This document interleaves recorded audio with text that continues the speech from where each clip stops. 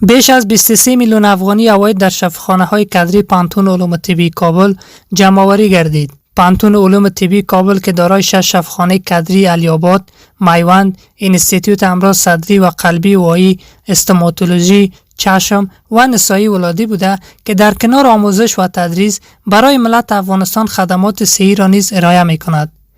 این پانتون توانست که طی یک سال گذشته خدمات صحی قابل ملاحظه را برای بیماران ارائه و بیش از 23 میلیون افغانی عواید را از طریق شفاخانه‌های مربوطه خویش جمع‌آوری نماید. علی‌آباد تدریسي روغتون د مراجعه کوونکو شمیر 102,280 تنه، د اوپیډي ناروغانو شمیر 6,990 تنه، د بستر ناروغانو شمیر 8,924 تنه، د عملیات ناروغانو شمیر 3,410 تنه، د لابراتوار ایکو، اندوسکوپي، ایکس ری، الټراساوند او د زړه ګراف ناروغانو شمیر 2,940 تنه. راټول شوي عواید 4,640,810 افغانۍ.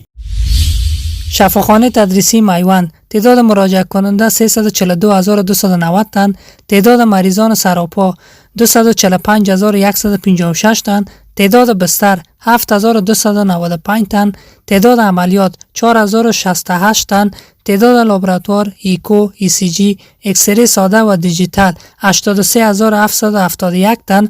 عواید جمع‌آوری شده 10,19,150 افغانی.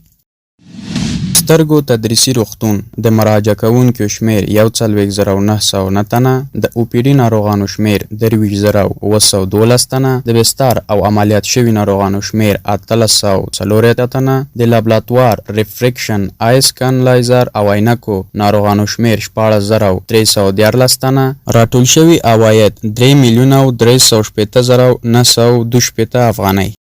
اینستیتوت امراض صدری و قلبی وایی تعداد مراجعه کننده 18,868 تن، تعداد مریضان سراپا 6,418 تن، تعداد بستر 407 تن، تعداد عملیات 240 تن، تعداد لابراتوار ایکو، ایکس ری، التراساوند و ECG 11,803 تن.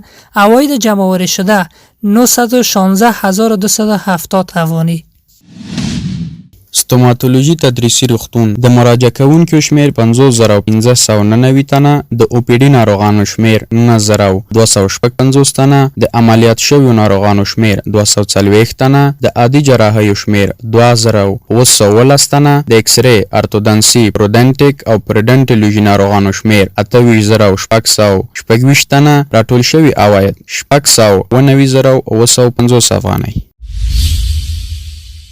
شفاخانه کادری نسایی ولادی تعداد مراجعه کننده 29,152 تن، تعداد مریضان اوپیدی 9,459 تن، تعداد بستر و عملیات 2,514 تن، تعداد لابراتوار التراساوند و گراف قلب 17,179 تن.